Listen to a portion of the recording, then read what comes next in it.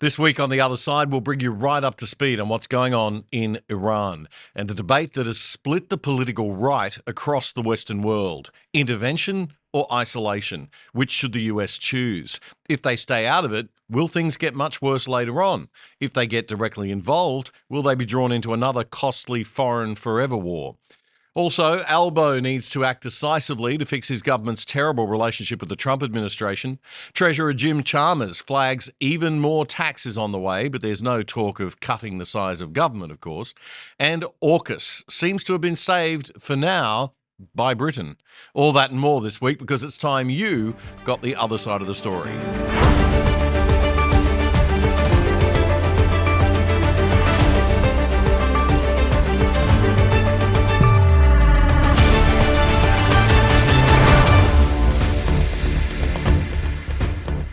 G'day Melbourne, g'day Toowoomba, g'day Australia. This is episode 416 of The Other Side for the week commencing Friday, June 20, 2025. Our last show before we take a 2-week mid-year break. I'm Damien Curry. The Other Side is your deep dive on the most important issues that matter in Australia and that affect us from around the world from a different perspective. A new show drops every Friday night at 7 p.m. and clips from our Friday night shows drop throughout the following week, most nights at around 7, so you can watch in any format you like. If you like what you see, please support us at othersidetv.com.au. So I'm not one of these people who thinks that Anthony Albanese could have done much to prevent Donald Trump from leaving the G7 meeting early and heading back to Washington, given what's going on in the Middle East. Relations with Australia simply are not that important to the United States right now, quite understandably.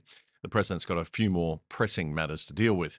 But I'm also not of the view that lets Mr. Albanese off the hook. Because if we had good relations between our two leaders, if Mr. Albanese displayed the slightest bit of respect, genuine respect for Donald Trump, instead of holding the stance of an angry left-wing undergraduate student that everything Trump says, does or stands for should just be treated immediately with contempt or derision, if he shows the slightest bit of respect for Australians and appointed an ambassador to the United States for us that the president did not actively dislike, if he put the country's interests first and worked to build a good relationship with the president by at least signaling a willingness to be positive and a little bit humble, instead of displaying hubris and scorn like he did a week or two ago when Trump's defense secretary suggested that we pay a little more for our defense, then maybe, just maybe, he would have had a meeting with Trump earlier in the week. Maybe he would have been invited to the G7 leaders' dinner. The two leaders have never met face to face. They have no relationship except a couple of phone calls. And that's not good. We are the smaller, dependent party in the security relationship. So, no, you don't get let off the hook that easily, Albo. Of course, the opposition made the point strongly all week. Oh, wait, no, they didn't. The Nationals' deputy leader, Kevin Hogan, issued a statement that he acknowledged that President Trump leaving the G7 early was out of Mr. Albanese's control, but he urged the Prime Minister to seek another meeting. I don't know. I think the opposition needs to do a bit of a better job at putting a strong opposing message out. The management of the US relationship by this Australian government urgently needs a fix. And it's the opposition's job to keep the pressure on. Mr. Albanese's next chance to meet with the president will be on the sidelines of the NATO summit in the Netherlands at The Hague on Tuesday and Wednesday this week. That's if Trump actually ends up going.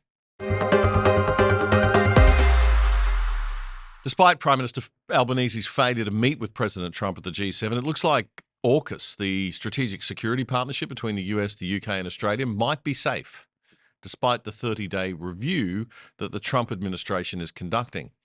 This may be thanks to UK Prime Minister Keir Starmer.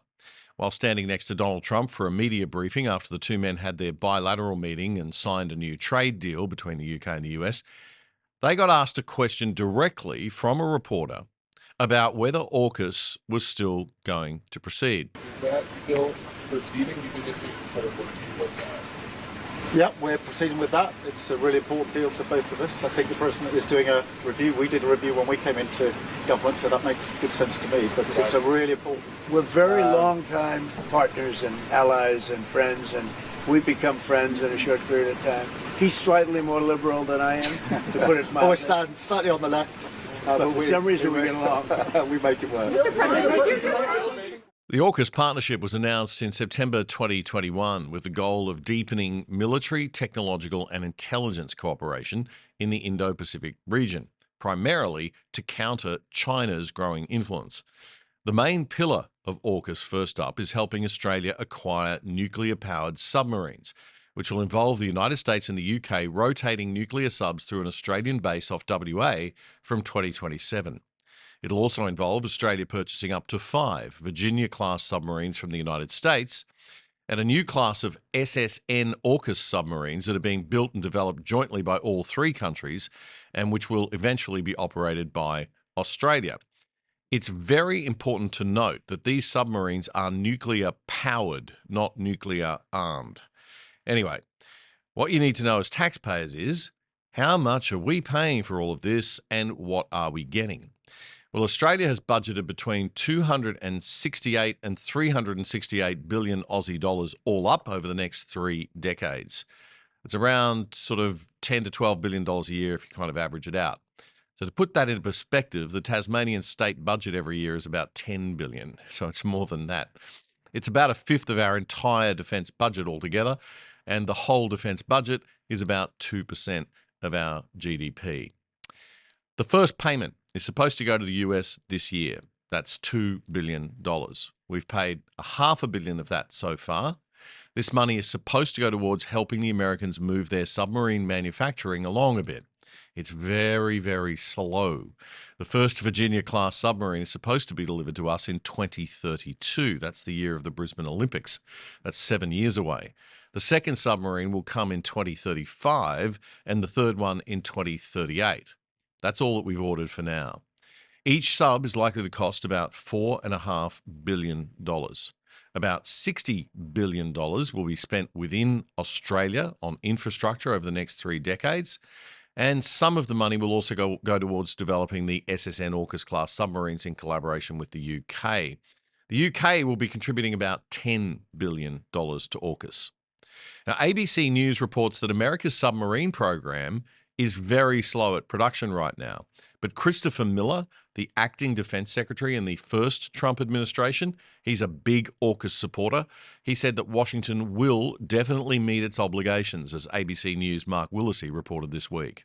Christopher Miller was the acting defence secretary in the last Trump administration. A supporter of AUKUS, he's told Four Corners that Washington will meet its obligation to deliver at least 3 Virginia-class submarines to Australia. Absolutely, yes. 110%. On time? On time's going to be, I'm not going to commit to on time. With the help of Australian funds, the US is desperately training people to get its submarine program up to speed, because currently it's building barely 1 Virginia-class sub a year. We need to be building them at a rate of 2.3 per year in order to meet our requirement, but also to meet our obligation to be able to sell the first several submarines to Australia. Republican Congressman Rob Whitman speaking to ABC News' Mark Willesee there. Just a side note on the G7, in case you're wondering, the Prime Minister was only there as a guest. Australia isn't in the G7. The G7, or Group of Seven, is an informal forum of 7 of the world's most advanced economies: France, Germany, Italy, Japan, the United Kingdom, the United States, and Canada. Russia joined in 1998, creating the G8, but it was suspended in 2014 after annexing Crimea, which reverted the group back to the G7. It actually started as the G6 without Canada in the 1970s as a response to big economic instability. There were oil shocks and very high inflation back then. Canada joined in 1976, making it the G7. Canada was the host this year.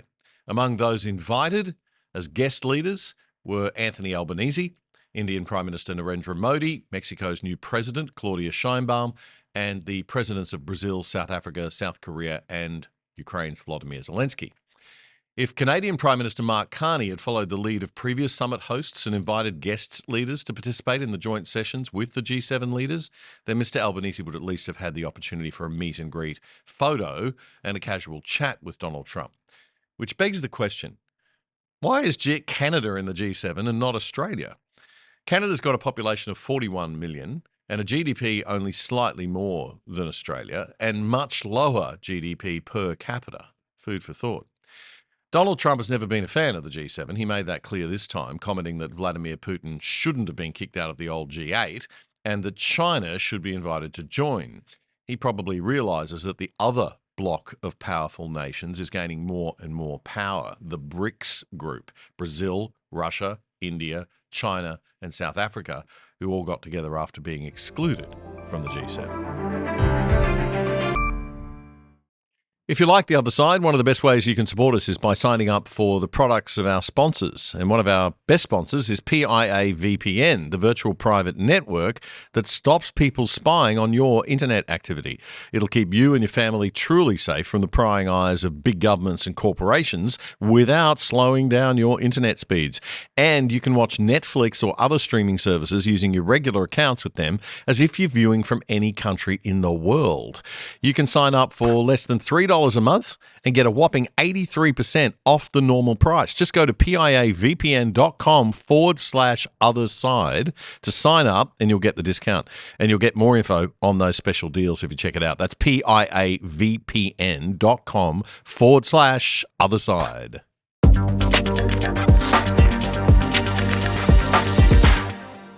Well, don't say we didn't warn you. Treasurer Jim Chalmers made a big speech Wednesday at the National Press Club and declared that there will be much, much more tax coming for anyone who's got the capacity to pay. He didn't exactly put it like that. He said tax reform is needed to fund growing spending on defence and the care economy. Oh. The hideous tax on unrealised capital gains will be going ahead, setting a new and very dangerous precedent of government overreach into the wealth of private citizens in Australia. He said he was prepared to do his bit to deliver the kind of really massive tax reforms that people like Hawke, Keating and Howard did. Please don't, Jim. We don't need you to do your bit. We're all good, mate. Thanks very much. The big Blabfest Productivity Roundtable is going to be happening from August 19 to 21, and no doubt the painful reality of the new higher tax regime of Labor will be laid out after that. You may recall that before the election, Jimbo told us all what great shape the budget was in. Well, on Wednesday, funnily enough, he started to paint a gloomier picture of the budget, admitting that spending has been far more than the government is taking in. Wow, gee, who knew? Net zero is starting to bite as the revenues from coal and gas exports are in the decline. Gosh. And the ageing population is requiring more funding, defence costs are on the rise, and there's pressure for more, as we know. Gee, who knew that there were all these possible costs on the horizon and that the government's been wasting and spending way too much money for ages? Just about everybody, except Jim Chalmers, it seems. Welcome to the real world, Jim. But here's the rub. If you think that we are going to continue to pay for your poor management and bloated overspending and fat government bureaucrats, you are living in La La Land. Just try taxing people much more than you already do, and you'll hear an enormous sucking sound. The sound of every Aussie who's got a buck getting the hell out of town and as far away from your socialism as possible. And then the people who will suffer will be the ones who always do under socialism. The poor, the sick, and the needy. Why do they never learn? We are still getting hammered by people on our social media for daring to challenge the narrative being pushed by the left-wing think tank, the Australia Institute, via the online commentator Punters Politics, that the gas industry is ripping off Australians. As I said last week, the Greens and the Socialists seem to forget that we are the ones who pay the tax on corporations. We have to pay more to buy a company's products and services to cover the tax that the corporations have to pay. As Nobel Prize-winning economist Milton Friedman pointed out almost half a century ago. Businesses can't pay taxes. A business isn't a person. Only people can pay taxes. A corporate executive may write the check. He may sign his name to it. But who's paying it? It either comes from the customers, or it comes from the workers, or it comes from the stockholders. Where else can it come from? Again, is there somehow some way in which some people can pay or some funds can be gathered with nobody paying it? No, there isn't. And as I said in last week's show, the narratives that people like Conrad Benjamin of Punters Politics push may sound like they're fighting the good fight for the little guy, but they aren't.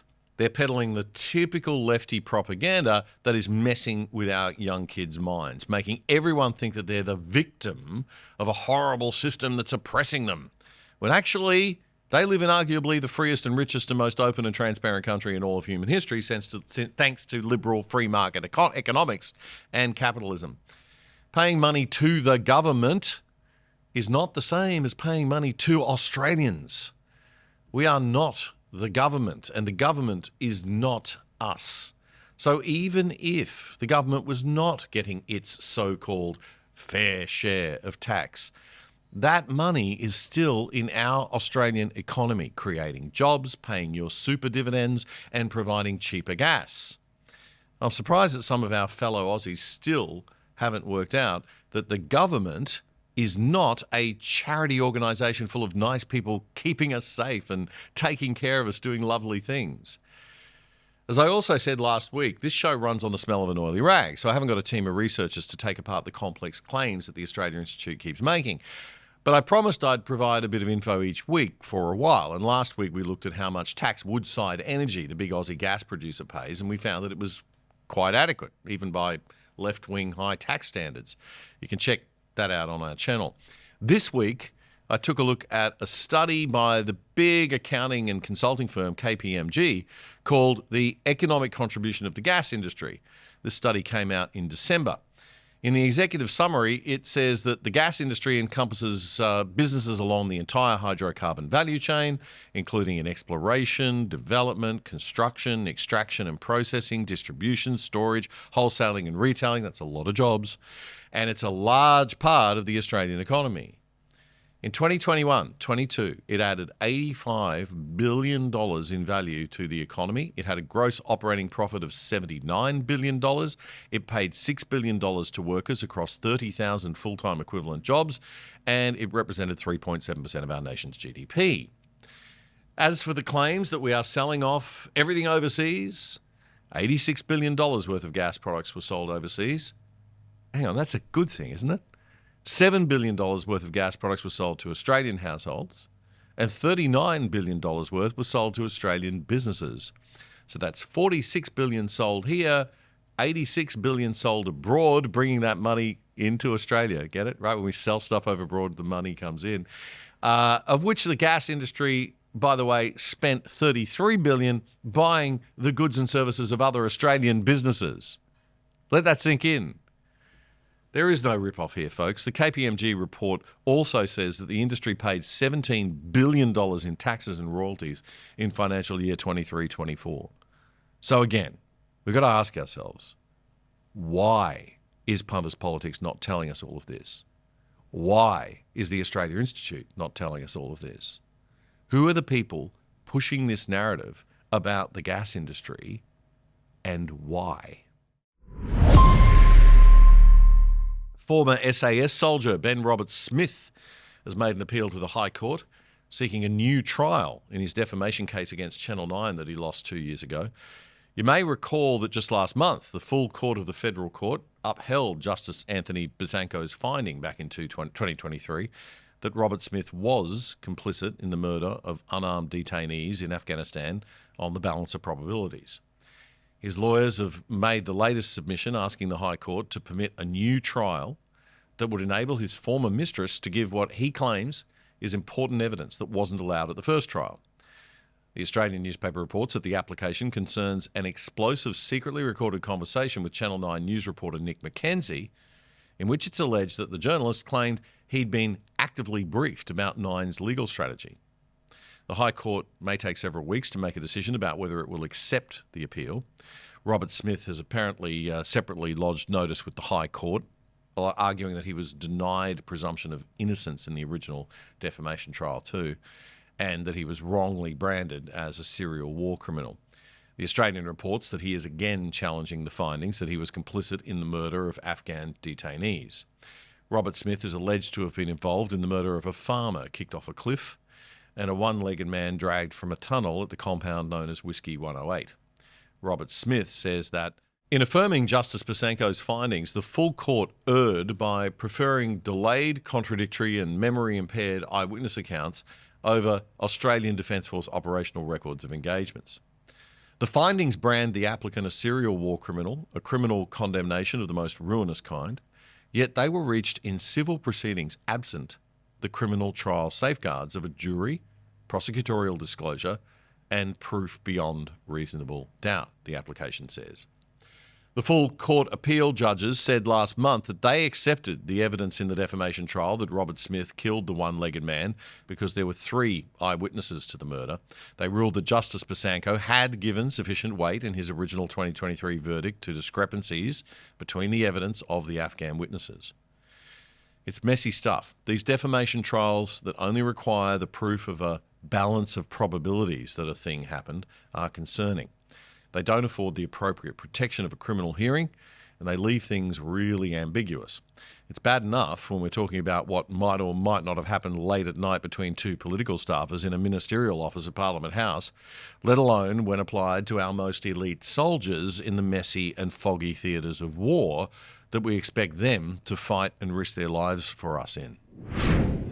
You're watching The Other Side with Damien Coorey, Australia's best independent news commentary show, bringing you up to speed on the issues that matter most. Simply subscribe for free on YouTube by hitting the subscribe button and bell so you'll be notified whenever we post anything. And to really stay in touch, check out our independent website at othersidetv.com.au.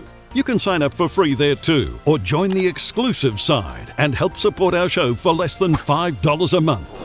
This is The Other Side. Well, Donald Trump has given his thoughts a number of times this week on the situation in Iran.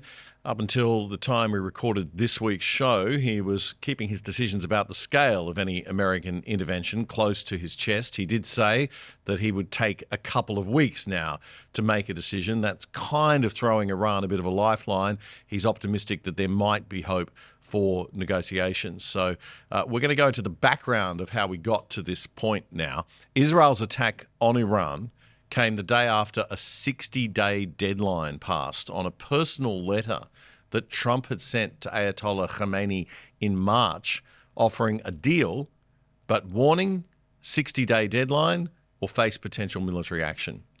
Trump spoke about this to reporters at the G7 this week. Israel is doing very well, as you probably noticed, and I gave Iran 60 days, and they said no, and the 61st you saw what happened. Day 61. So I'm in constant touch, and as I've been saying, I think a deal will be signed, or something will happen, but a deal will be signed. And I think Iran is foolish not to sign one. Mr. President, Iran is accusing Netanyahu of attacking them to deliberately derail your nuclear plan that you had. What do you say to that? Do you think that's true? No. Look, Iran should have signed the deal. If it would help bring Iran to the negotiating table, would you guarantee that the U.S. would not get involved militarily? Well, I think Iran basically is at the negotiating table. They want to make a deal. And as soon as I leave here, we're going to be doing something. But I have to leave here. I have, this commitment. I have a lot of commitments. I have a commitment to a lot of countries, including the UK, where we just signed our deal. Okay, that deal, the second deal he's referring to there is the trade deal that he just signed with the UK at the end of the clip, not the deal with Iran, just to be clear.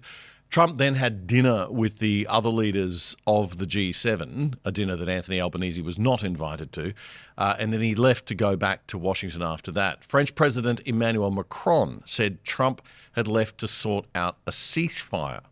But on the way home on Air Force One, Trump spoke to reporters and he made it very clear that he was not looking at a ceasefire. We're looking at better than ceasefire. We're not looking for a ceasefire. I didn't say I was looking for a ceasefire. That was Emmanuel, nice guy, but he doesn't get it right too often. But we're not looking. We're looking for better than a ceasefire. You're looking to get into this more. You're not going to invest. Well, you invest in this conflict at this stage. You're going to do anything more for Israel right now? Doing pretty well right now. We're doing pretty well. Remember, Iran cannot have a nuclear weapon. It's very simple. We don't have to go too deep into it. They just can't have a nuclear weapon. What was the thinking on the call for Tehran to evacuate? Is there a threat or is there incoming? What was the thinking on the full I want people to be safe. And that's always possible. A thing like that could happen. I just want people to be safe. What specifically is better than a ceasefire? What are you looking for here? A real end, not a ceasefire. An end. So something that will be permanent. Or giving up entirely. That's okay too. Are you close there? Is that possible in the next 24, 48 hours? Certainly possible. A complete give up. That's possible, yeah. All right, so what is actually in the proposal that Trump put before the Iranian regime that they ignored for 60 days leading to the current conflict? The core of the proposal is a comprehensive pact building upon but going significantly beyond the old 2015 agreement that President Obama had with Iran. The pact requires Iran to stop high-level enrichment, cap uranium at 3.67%, allow a UN surprise inspections, freeze long-range ballistic missile development, and end support for groups like Hamas, Hezbollah, the Houthis, etc. In exchange for all of that, the US and the EU partners would lift the maximum pressure sanctions that Trump introduced in February, unfreeze funds, and allow more oil exports. There were indirect talks hosted by the US in Oman in mid-April, but after the 60-day deadline passed, it seems like the US gave Israel the nod to move in militarily, something that Benjamin Netanyahu's wanted to do for a while. Here's what President Trump told reporters on Air Force One about his mood for negotiating now. Are you open to negotiating with the Iranians right now, or do you want to wait until... I've been negotiating. I told them to do the deal. They should have done the deal. Their cities have been blown to pieces. They've lost a lot of people. They should have done the deal. I told them, do the deal. So I don't know. I'm not too much in a mood to negotiate now. Do you think you'll be in the Situation Room tomorrow at any point? Yeah. Tomorrow morning, girl, while you're sleeping. Goodbye, everybody. Well, joining me now to discuss all of this is political analyst Professor Joseph Siracusa, the former inaugural Dean of Global Futures at Curtin University in Perth, now back home in Melbourne. Joe, thanks again for your time and for joining us once again. Thank you. Joe, Donald Trump is now saying just today that he's going to give them a couple of weeks before he makes a final decision. I just want to get your take on that right off the top. What implications will there be for Israel for Iran and for the United States of that waiting period? Well, look, Damien, diplomacy is a two-way street. The president would like a couple of weeks to think about this because he, like the Ayatollah Khomeini, is looking for the off-ramp. You know, he's talked a tough game and all the rest of that, but he'd like to get out of this because, you know, he's a man from 1970 in his early days who looked at the Vietnam War and all those body bags coming back. You know, he doesn't want to be part of that. If we get involved in a conflict with Iran, it'll be a hell of a problem. So, you know, he wants to get back. He wants the Iranians, of course, to adhere to this thing. And so, you know, he's trying to buy a little bit of time. Yeah, he's no warmonger, Trump, it appears. I mean, he seems to be consistent in his views that he wants to avoid war at all costs. He's got 53%, I think, according to a recent poll of his voters, are saying that, you know, they don't want America involved, and he campaigned on this, not being involved in these foreign forever wars that are costly and that the neocons in Washington seem to support. And we will get into talking about, you know, how this situation might be a bit different to those later on. But just want to get your thoughts on this demand. I mean, you know, America's made it very clear, and Donald Trump's repeated that Iran cannot have a nuclear weapon. That's the line in the sand. Iran does seem to be doing everything it can to get one. There isn't really a negotiation or a deal here, is it? It's more just, you know, you guys have got to drop your nuclear program, period, or we'll destroy it. And that may be a fair position against these mullahs, but it's not really an objective position. It's very much, you know, you do what we say or else. Pretty much so. He's got a lot of leverage here. Look, the Iranian foreign minister has made it very clear that Iran doesn't want nuclear weapons. I mean, what it says is they'll go to war over the ability to enrich uranium. You know, they want nuclear weapons just beneath the threshold of making nuclear weapons. They don't want someone to tell them what they can be doing. So, you know, the Iranians can live without nuclear weapons for a while. I mean, they don't need that kind of thing. The other thing, too, is that the president's asking them to put a cap on all these missiles that they have. You know, they can cause enough damage with that. So they're asking them to, the president wants them to taper down the missiles, to get rid of the enrichment enhancements and the like, and he also wants to open them up for inspections. You know, he wants the IAEA to return to Iran and do surprise visits and that kind of thing. And you know, this is the same reason why Joe Stalin didn't agree to anything in 1946. We had the same kind of offer to the Russians in 46 that we'll all go down with these, we'll get rid of these nuclear weapons, but we have to inspect each other. And Stalin wasn't having any of it, nor would the Americans, as a matter of fact. But look, Trump. But that makes sense, Joe. I mean, why wouldn't they have a go? I mean, openness and transparency to build trust. Why wouldn't you just both agree with that? If one party's saying, well, we're not going to let you inspect, then obviously you've got to be suspicious of that party. In 1946, Joe Stalin wasn't having a bunch of Westerners crawling around the Soviet Union, even though they were 3 years off from developing a nuclear weapon. But you're right, it's quite sensible, and the Iranians know what to expect here. And I think the president has been very firm about this. But look, the other thing, too, is they talk about, the president talks about Netanyahu and others talk about Iran will never have nuclear weapons. You know, and Damien, in the world of diplomacy, never is not a word. Forever is not a word, you know? What they want to do is stop them right now from getting nuclear weapons. But it isn't going to be forever. I mean, these things take a generation or two to jump, as a matter of fact. But look, the president's very firm on this. And of course, now he's very close to committing.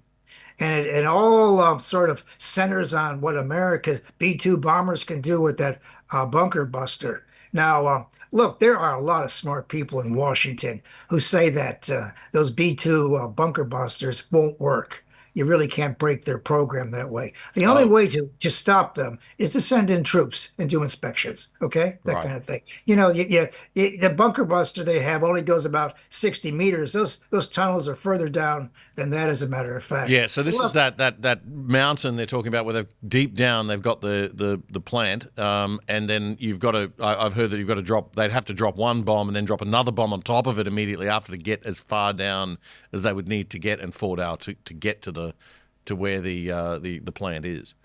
Yeah, I mean, those bombs, they can't do the job, and it would require precision bombing and the like. But look, while the B-2 bombers are looking for the opening to that mountain, the Iranians will be playing havoc with American forces in the Middle East. There are 40,000 there. And maybe the Houthis will get lucky with one of those rockets and hit an American warship. I mean, you know, can you see an American warship listing on the evening news in the United States? And then Donald Trump explaining what's going on. I mean, it's very hard to explain to people, as we used to say as kids, in Peoria. How does this sound in downstate Illinois, in Peoria? How do you explain to people that you're losing American lives over this issue? I mean, it's a war of choice, not a war of necessity. All right, Joe, stay there. We're going to come back. We're going to talk about this divide that's happening around this very question among the American right and conservatives about whether an interventionist policy or an isolationist policy should happen when we come back in a moment.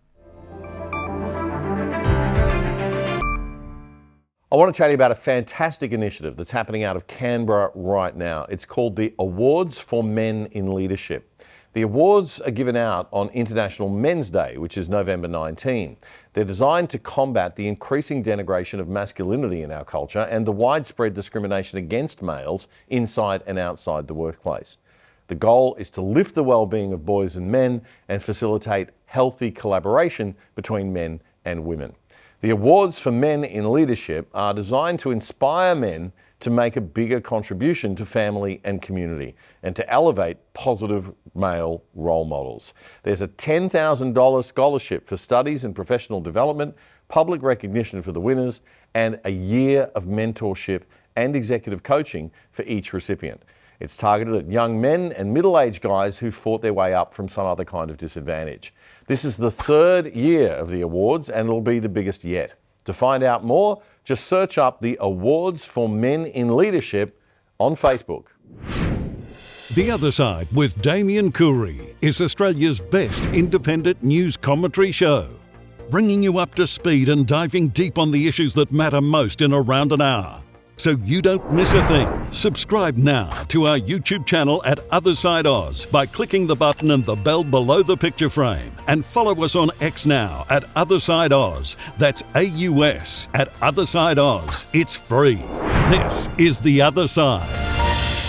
The big divide on the question of how to handle Iran and its nuclear ambitions and interventions in the Middle East is happening now in America, with conservatives like Senators Ted Cruz, Lindsey Graham, commentators Sean Hannity, Mark Levin, Ben Shapiro and others, all on the hawkish interventionist side, pitted against those who supported Donald Trump because of his anti-war, anti-foreign intervention, more isolationist stance, like Senator Rand Paul, Congresswoman Marjorie Taylor Greene, commentators like Tucker Carlson, Steve Bannon and Charlie Kirk. Late this week, Tucker Carlson dropped a 2-hour interview with Senator Ted Cruz, which specifically addressed this divide in thinking.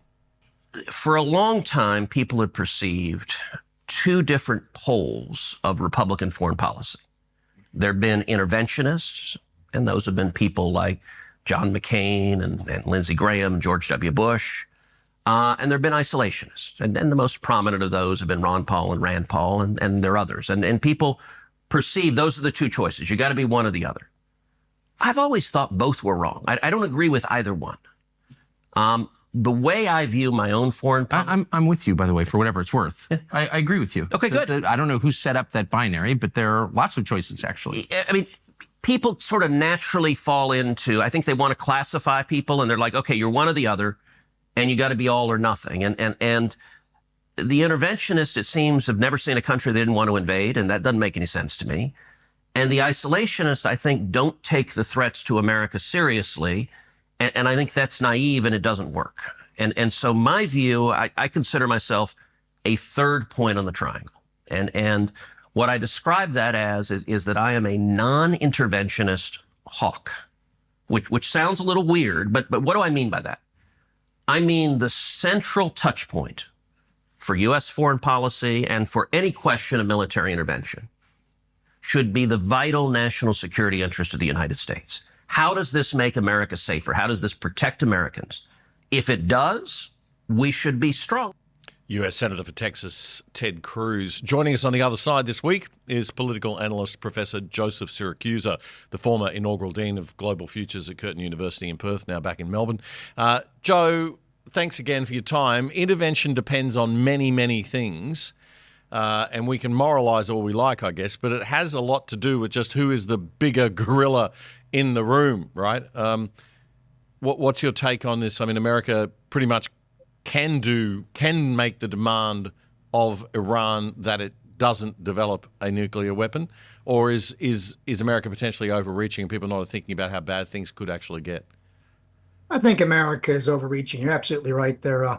Look, Americans since the 1780s have debated whether to get involved in the world. It's not about isolationism or turning their back. It's about interventionism versus non-interventionism. Americans want to stay engaged with the world up until the point where they get dragged into other people's civil wars or wars like that. You know, the easiest wars in America to justify are after the Germans sink an American submarine in 1917, or the Japanese hadn't attacked Pearl Harbor. We'd still be debating whether to get into that war. And those are very clear-cut things. But look, Americans don't want to get in the war. I mean, that's why they spend $1 trillion on the military, so as to scare everybody. I mean, the idea is to deter people from attacking the United States. You notice that America's nuclear weapons haven't deterred anybody in recent years, and that the threat of nuclear weapons don't deter the Iranians and from attacking Israel. I mean, sometimes I think the value of these nuclear weapons are overrated. Iran's not a small country, is it? It's got a decent capacity to fight back, I assume. Oh, it's got 92 million people, very smart people, too. You know, they're not like the Ayatollah's Revolutionary Guard. You know, these people are highly trained, they're professionals, they have fierce nationalism and all the rest of it. You know, it is hard to to defeat a country with multiple time zones. It's very, very difficult. I mean, that's why no one has ever defeated Russia. It's got 11 time zones. You can't do that. The more time zones you got, the less Safer chance you got are, to yes. defeat it all. Look, I want to play some more of that Ted Cruz interview from that Tucker Carlson thing, because unlike Carlson, Cruz is a big supporter of Israel. And they got into a huge argument over that subject, as I've seen many on the Australian right doing online this week too. But putting that aside, Cruz was very opposed to the Iraq intervention of George W. Bush, but he says this situation is very different. And I just want to hear his case for intervention this time, and then I'd like to get your thoughts on it, Joe. I think the most acute national security threat facing America right now is the threat of a nuclear Iran. I think China is the biggest long-term threat, but acute and near-term is a nuclear Iran. Okay. And I think Israel is doing a massive favor to America right now by trying to take out Iran's nuclear capacity. And the reason I view Iran differently, we talked before about Iraq. I opposed the Iraq war. We talked about Syria. I opposed military intervention in Syria. The reason for that is those did not pose a threat to the United States. I think Iran is markedly different. Number one, the Ayatollah is a religious zealot. He is a lunatic, but a particularly dangerous kind of lunatic, because he's driven by religious fervor. When he says death to America and death to Israel, I believe him. And I think Iran is trying to get a nuclear weapon because there is a very real possibility they would use a nuclear weapon. Look, I believe there is a very real possibility if the Ayatollah develops a nuclear weapon that he would detonate it either in Tel Aviv or New York or Los Angeles. And that would be utterly catastrophic. And I don't know what the chances are of that. What I'm saying on any military judgment is there needs to be a cost-benefit analysis of what are the risks versus what are the benefits. In this instance, I think it is enormously in America's interest to do what Israel is doing right now, take out Iran's senior military leadership and take out their nuclear capacity. That is benefiting America, and it is a good risk-reward. I would oppose invading Iran and putting boots on the ground to topple the government. If the risk got severe enough, I would support that, but I think the relative risk is not severe enough to justify that step at this time. What I would absolutely oppose under any circumstances is invading Iran and then staying and trying to turn them into a democracy. Okay, Republican Senator for Texas Ted Cruz talking to Tucker Carlson late this week there. He seems to support an airstrike, decapitation and disabling the nuclear capability, but not boots on the ground, invasion or any kind of occupation. Joe, is that a fair position, or is this still America going too far, do you think? Look, Damien, Ted Cruz knows better. He went to Harvard, for God's sakes. The only way to conquer another nation is with boots on the ground, okay? You could bomb the hell out of people, but you can't bomb them into submission. And as proof of that, I just give you the Vietnam War. I mean, we dropped more ordnance than dropped in the Second World War, and they still wouldn't crumble or cave in. So look, you got to go in with troops at the end of the day. So you can threaten to bomb everything, as a matter of fact. And so he knows better than that. And look, when he says that this is different from the Second Gulf War, that's not true. I mean, they're still cooking the intelligence as they go along. I mean, the president says that, that everybody got it wrong. And I heard his press secretary say in the White House the other day that the president will act on his instincts. Well, I wish she hadn't said that, because I don't trust instincts. I trust information and making rational decisions. I mean, if we're counting on Donald Trump's instincts here, well, that, and then Trump says people will love him no matter what he does. That's not true, because once Americans are killed, and once those body bags started arriving at Andrews Air Force Base, people are going to jump up and down. Jimmy Carter had a vice president once, Damien, who said that Washington is 70 square miles surrounded by reality. As soon as you start killing Americans out of the Washington area, they're going to jump up and down, and they should. Joe, what do we do? Well, what do we do then? I mean, to be fair, you're sitting in a situation here where we've got Iran threatening quite clearly, quite openly, quite repeatedly that they want an annihilation of Israel. They want the annihilation of the great Satan, the United States. We hear that rhetoric. Okay, it's just rhetoric. We've got them actively building nuclear capability. We don't know whether but they won't allow inspections. We have Israel constantly saying that they're on the verge of creating a nuclear weapon. One day, Israel's going to be right about that. When does it become a point where we say, okay, now is the time?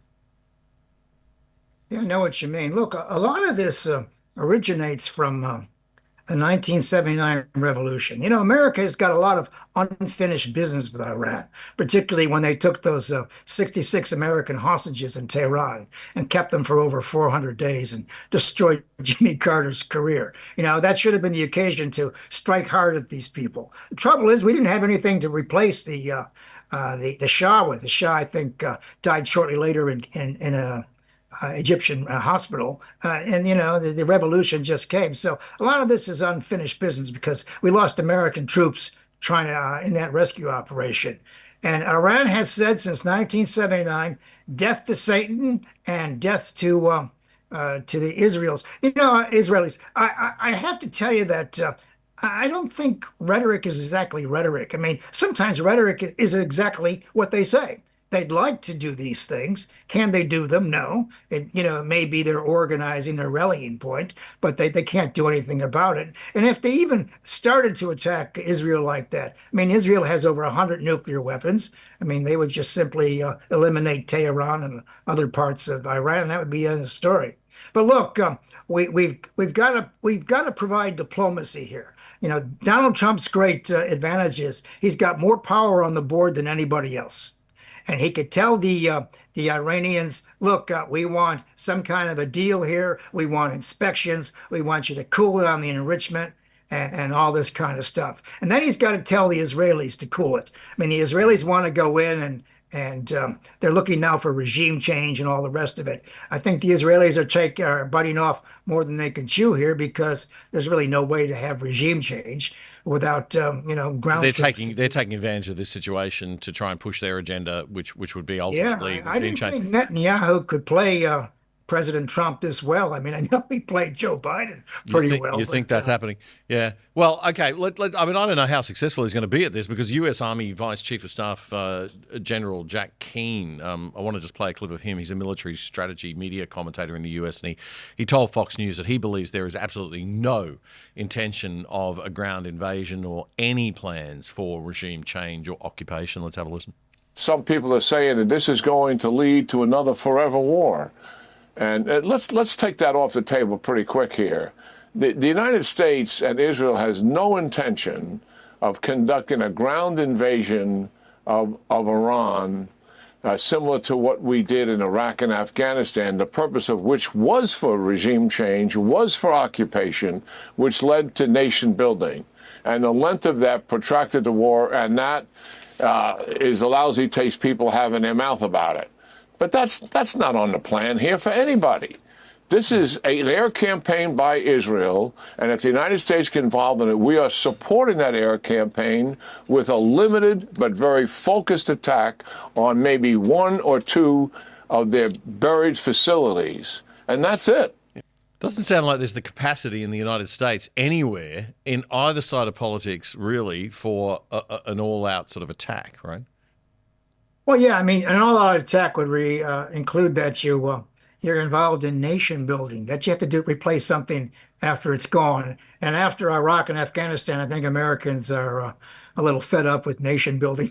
They're not very good at it, as a matter of fact. But look, the general has left something out here. I've been reading in the New York Times about the Shah's son, who's announced that he's got a 100-day plan to take power and to restore the dynasty, the Shah's dynasty to Iran. I mean, there are people in the background who are ready to roll with this, as a matter of fact. Yeah, well, it seems so. We're going to come back and talk about that in a moment. I'm going to play you that clip from the Shah's son, the old Shah of Iran's son, and the things he's been saying this week as if it's a fait accompli, that there's going to be some kind of regime change. So lots going on here. We'll be back in just a moment with Professor Joe Siracusa on the other side.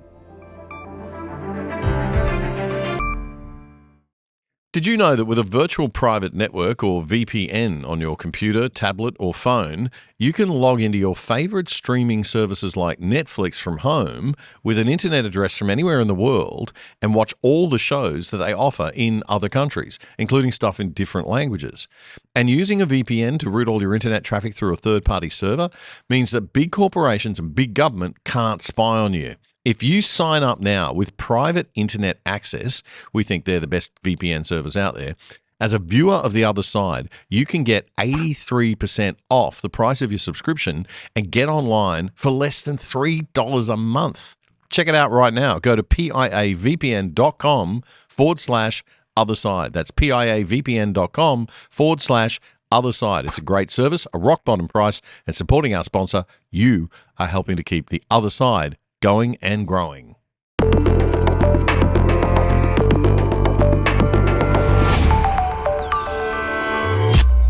While the isolationists and the interventionists in the American Republican Party and public debate the pros and cons of open and direct involvement in the attack on Iran and where it could lead, the son of the former Shah of Iran, who was ousted by the revolution and the Ayatollah Khomeini in 1979, the son says he's ready to take back control of the country. Exiled Crown Prince of Iran, Reza Palavi, told America's ABC News that he's got a plan to lead the transition to a new government. What we have right now in Iran, a theocratic dictatorship, is not what the Iranian people want. It's not what has benefited them. On the contrary, it has bring our country to the brink of poverty, to the brink of desperation, to the brink of destruction. Our country is being literally destroyed by this regime. So we are all ready to step in to change the course for the better. I think Iran has the potential to be the next South Korea of the Middle East, as opposed to having become the North Korea of the Middle East. It's not because the people are incompetent or the nation doesn't have resources. It's just a corrupt, mafia-like regime that is plundering our resources, murdering our citizens, and setting havoc in the region. That's the exiled Crown Prince of Iran, Reza Palavi, the son of the Shah of Iran, who was overthrown by the mullahs in 1979, speaking on America's ABC News this week. Now, it's important to touch on a little history here because while he'd no doubt be a better leader than the Ayatollahs for Iran and the world, his father's track record wasn't spotless. In 1941, during World War II, the British and Soviets forced the abdication of Iran's then Shah, accusing him of Nazi sympathies. And in his place, they installed his 21-year-old son, Mohammad Reza Pahlavi, as the new Shah of Iran. At first, his powers were limited. But in 1953, everything changed. And with the help of the CIA and Britain's MI6, the Shah orchestrated the overthrow of Iran's democratically elected Prime Minister, Mohammad Mossadegh, because he had nationalized Iran's oil. The first real threat to the Shah's power came in the early 1950s. A new Prime Minister, Mohammad Mossadegh, had won huge public support by taking Iranian oil back into government ownership and ending the 40-year monopoly enjoyed by the Anglo-Iranian Oil Company. Mossadegh then set his sights on the Shah. He wanted to curb his power and turn him into a constitutional monarch, a titular head of state. Now, MI6 and the CIA then moved in, and the overthrow of the Prime Minister gave the Shah near absolute power. He certainly was no longer just a titular head of a monarchy. He was in charge of the whole country. And it gave the US a very loyal ally in the region. Over the next 2 decades, the Shah modernized Iran rapidly. But political opposition was crushed. The secret police tortured and jailed dissenters. Wealth from oil booms flowed to a small group of elites, while many Iranians struggled in poverty. Secularism was imposed, and that angered the religious leaders. One voice rose louder than the rest: Ayatollah Khomeini, a radical cleric exiled for his criticism of the regime, and who by the late 1970s we'd led to a point where anger had really boiled into revolution. In January 1979, the Shah fled Iran. Weeks later, Ayatollah Khomeini returned in triumph, the monarchy collapsed, an Islamic Republic rose in its place, and that is what we've had ever since. Joining me now to discuss all of this is political analyst Professor Joseph Siracusa, the former inaugural Dean of Global Futures at Curtin University. Joe, history's never black and white. Lots of greys, lots of confusing things. There's never just good guys versus bad guys straight up, is it? And this history of Iran is complicated. Yeah, you're quite right, Damien. Look, I give all these speeches about history's not linear. Nothing's in a straight line in the history business. It goes back and forth. And look, the Shah did modernize Persia, Iran, but his people were torturing people. They were stealing money, but they had the Americans on side. I remember Jimmy Carter's last trip to Iran. He was in the palace having a dinner with the Iran's entourage, and Carter gave a toast to the Shah, suggesting that or observing that Iran was an island of stability in a sea of turmoil. Well, that didn't work out so well. I mean, so much of Jimmy Carter's intelligence, intelligence community. But look, Shah had everybody fooled because they thought he'd last forever. The trouble is, sooner or later, when you alienate the people, they're going to come for you. I don't care what government you are. Right. As soon as you crush people, they will turn on you. Yeah. Okay. So what should we be reading into these comments from the Crown Prince Pahlavi? I mean, this sounds like it's a fait accompli, that he's ready to return. I mean, is there a plan going on here that we don't know about? Nah, this is somewhere between Monty Python and Sellers. This is sort of the comedy relief on the end of the stage. This is the clown act. They're not coming back. The Persian people are not going to, those young people, and half the country are, on cell phones, and they're young folks. They're not going to put up with the monarchy and all that nonsense. Monarchy is kind of going out the door in most places. They're not going to reintroduce it. I mean, no one's going to replace a theocracy with a monarchy unless, you're daft, and they're not going to do that. So what do you think they will replace it? If there is regime change, what will have to happen? There'll be an interim government. There'll be some kind of elections. It'll still be, a heavy-handed country. But I think, maybe there is an opportunity here for democracy, or what we know as democracy, to emerge. That is self-determination. And so, this is something we have to understand, Damon, and I understand it as a historian. Sometimes we have to let people do what they want to do. We can't make them follow parliamentary democracy or American democracy. American democracy doesn't travel. So some Irish scholar once told me, American democracy is like Guinness beer. It just doesn't travel very well. So this idea of fastening an American or parliamentary style on Iran, it's not going to work. Yeah. All right. Let's have a listen to another clip of Pahlavi, because he's talking about democracy. He's talking about, let's just play that next one from ABC News interview. Thanks, John. So if the Ayatollah is overthrown, what happens? Who would take power there, and what do you think your role would be? Well, I've stepped in the scene to lead this transition, to be able to see the process not only now until this regime finally collapses, but particularly what after next. So there's no void and there's no vacuum created. We are talking to people within Iran who are beginning to reach out to us to coordinate this effort.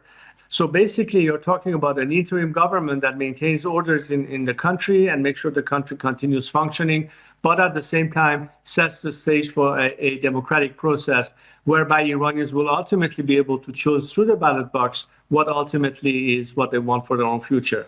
He speaks with such authority about this that it makes me wonder if there's not a little, MI6 or CIA tactic going on there of like, well, have him in the background. He can be the one that steps in if we go to regime change.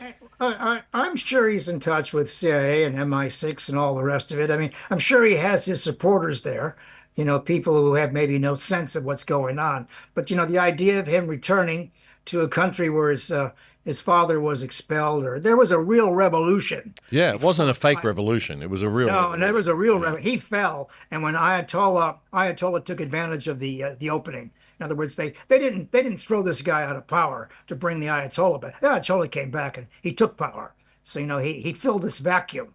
But there was a real revolution there, and the Persian people decided they'd had a gut full of monarchy.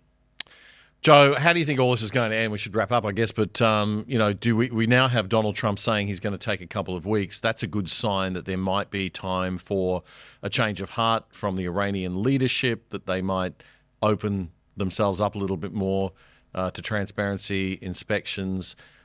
We do have Israel pushing for, this to be sort of, the final showdown. What's your take on the vibe across the Middle East? I mean, does Iran, we know when looking at the Middle East, we should always look at Iran and then look at Saudi Arabia. They're the two big powers battling for authority in the area, the Shia and the Sunni division there as well, I guess. But who's got the power right now? How's it all? Who's backing Israel? Well, Israel has the backing of most of Europe and the United States, and the other thing too is that Israel's enemies, such as Iran, they're friends. Russia, Putin is off to the side. He's resetting the button with Washington. He doesn't want to get involved. The Syrian leader is very quiet about what's going on. These people who would have helped Iran publicly in the past are off to the sidelines. The Saudis would have to be sort of in favour of any action against Iran, wouldn't they? I mean, if it was going to proceed, they would have. What I mean is they would have to get the nod. They would have to give their nod, in a sense. Yeah, they're watching this very closely, and they're working very close with the Americans. But look, Damien, let's make some predictions until the next time. Go ahead. You have me on. Number one, I think Donald Trump's going to cut a deal with the Iranians between now and 2 weeks from now. Okay, I'd agree with that. He's going to give them the off ramp. And incidentally, they're going to give him the off ramp. He's now, they say about Donald Trump, he doesn't like the fires, but he likes the fire engine and all the noises and the lights. I think he's going to get off this. America's not going to go to war with Iran because there are too many loose ends over there. Or too many sleeper cells ready to blow something up. So I think Donald Trump will continue to bankroll the Israelis. And let's face it, the Israelis are doing a pretty good job without Donald Trump. If you consider America's already at war with Iran as far as Iran's concerned. They think it's of course, yeah. But just that Israel doesn't have that bunker bomb and they can't use it. They don't have the skill to use it either, right? You'd have to have an American plane coming in. You'd have to have an American dropping that bomb. I'm telling you, I don't think that. I know that bomb won't work because it won't work without on-site inspections. And who's going to send the troops? It's not going to be the United States. It's going to be anybody, as a matter of fact. Anyway, I think Donald Trump would like to back away from the abyss. I think the Iranians would like to live another day. At least the leadership would. And I think the Israelis will get what they wanted at the end because, they have humiliated and defeated everybody in their neighborhood.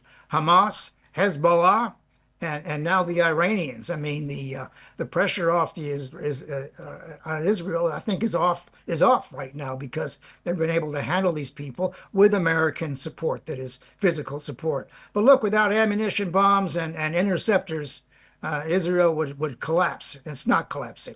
So in many ways, they're doing America's work, as the German chancellor said the other day. Israel is doing the dirty work for all of us. I think that's a very honest statement. Yeah. Yeah, this might be the last hurrah for the neocons or the so-called blob or the establishment, which is both Democratic and Republican. Yeah. They like to be involved. They like to be the wizards in charge of everything. But look, getting involved in a war with Iran with its 92 million people, all of whom would fight for the country, by the way.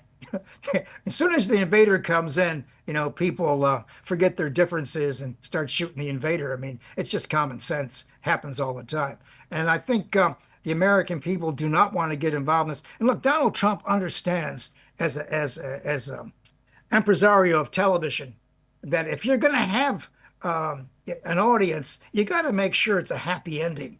He's not going to end his presidency with some bloody war, explaining American deaths to the American public day after day about why thousands of people have been killed either on ships or whatever it is. He doesn't want that kind of presidency.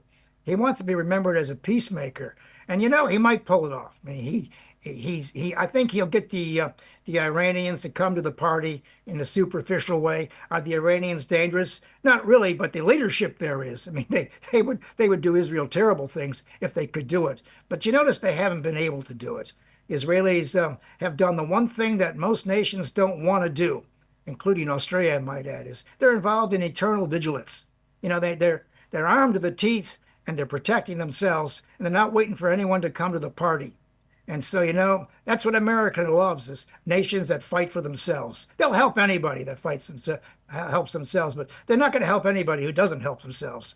So that's why America, sort of cozies up to Israel, because they're doing the dirty work. Professor Joe Siracusa, always educational and informative. Thank you very much, sir, for joining us once again on The Other Side. And that is all for this episode of The Other Side, your analysis of the best news and commentary. And we are taking our mid-year break. We'll be on break until Friday, July 11. That'll be our next show in 2 weeks. Friday, July 11. We'll join you for episode 417.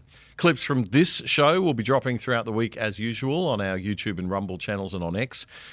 So you can watch in any format you like, and you can share the clips with your friends. Please do that, because it really does help us. It supports us the best way you possibly can, actually. Click on all the memberships, all the likes, all the subscribes that you possibly can, of course, to support us. And if you can afford to support us financially, we would appreciate that. We do need it. OthersideTV.com.au is our website, OthersideTV.com.au, and you can sign up to the exclusive side for less than $5 a month, or more if you can help us out. Now, if you can't even afford the $5, please sign up anyway. Just go to the website, sign up. We can keep in touch with you. We will have you'll get our emails to you every Friday when we drop a new show. So just a reminder, we are on holidays for a couple of weeks, back on Friday, July 11 with episode 417. In the meantime, we'll be bringing you some best of clips most nights at around 7 o'clock, some best of clips from the first half of the year, so we hope you enjoy those. But we'll see you Friday, July 11. I'm Damien Coury.